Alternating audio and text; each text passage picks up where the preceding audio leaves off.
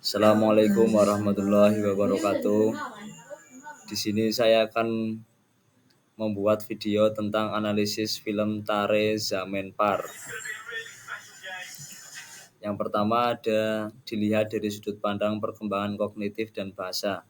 Ihsan adalah anak kedua dari dua bersaudara, memiliki seorang kakak bernama Johan dan orang tua bernama Nankishore dan Maya Awasti.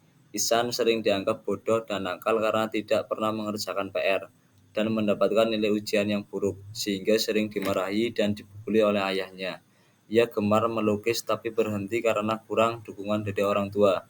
Ihsan menunjukkan ciri-ciri anak dengan gangguan disleksia yang membuatnya kesulitan memahami kata, membaca, menulis, dan berbicara.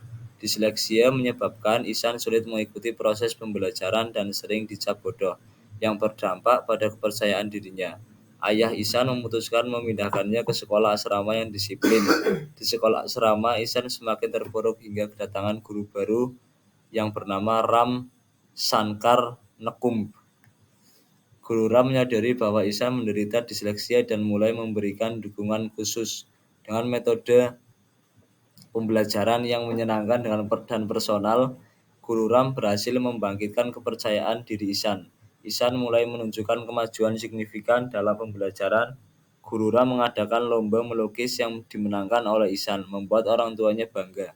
Ini menunjukkan pentingnya dukungan orang tua dalam perkembangan mental dan emosional anak. Yang kedua, dilihat dari perkembangan moral dan psikososial anak. Ihsan gemar sekali mengamati lingkungan sekitar seperti pasar, taman, dan kegiatan keramaian, yang menunjukkan ketertarikannya pada pembelajaran di luar kelas. Dia mungkin merasa bosan belajar hanya di dalam kelas dan rumah, terutama karena kurangannya tidak dipahami oleh orang terdekatnya. Teori ini berasal dari teori belajar kognitif dan merupakan penyempurnaan dari teori behavioristik. Pembelajaran konstruktivisme memberikan kebebasan kepada peserta didik untuk mengembangkan dan membangun pengetahuan mereka guna menyelesaikan masalah, dengan guru sebagai pendamping perkembangan siswa.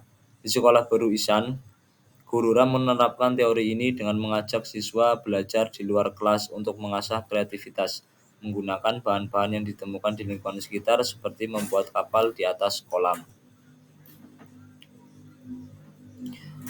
Kemudian ada teori humanistik, menekankan bahwa pengajar harus merangkul dan memanusiakan siswa, tidak membedakan satu dengan yang lain.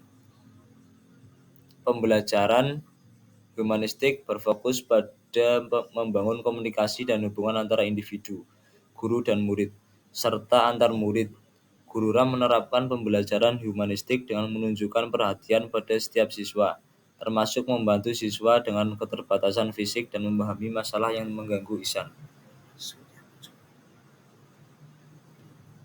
Guru Ram membimbing Ihsan untuk mengatasi masalahnya, membangun komunikasi yang baik, dan memanusiakan murid-muridnya.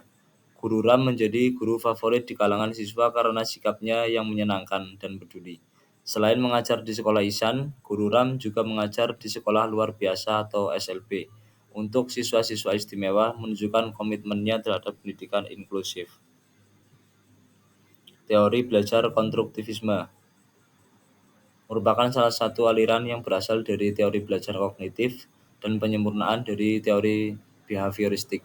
Teori belajar konstruktivisme adalah pembelajaran yang memberikan leluasan kepada peserta didik untuk mengembangkan dan membangun pengetahuan yang dimilikinya untuk menyelesaikan masalah-masalah yang ada.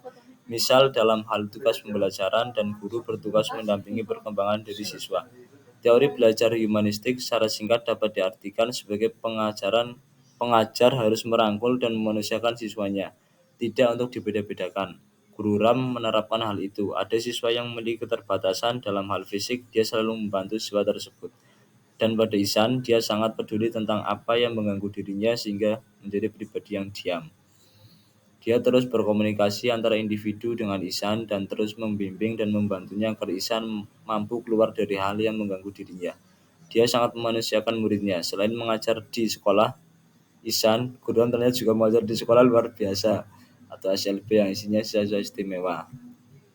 Guru Ram percaya bahwasannya Ihsan adalah anak yang cerdas. Ia tidak kenal lelah untuk mengajarkan Ihsan mata pelajaran umum. Guru Ram menerapkan teori aspek kognitif, percaya dengan proses belajar akan menghasilkan hasil belajar yang baik.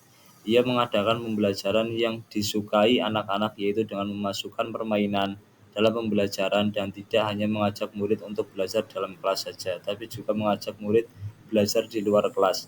Ia memancing agar Ihsan dapat menggunakan kreativitas yang dimilikinya untuk menciptakan hal-hal yang baru, sehingga ia akan mendapatkan perhatian dan pengakuan dari teman-temannya bahwa ia adalah anak yang cerdas.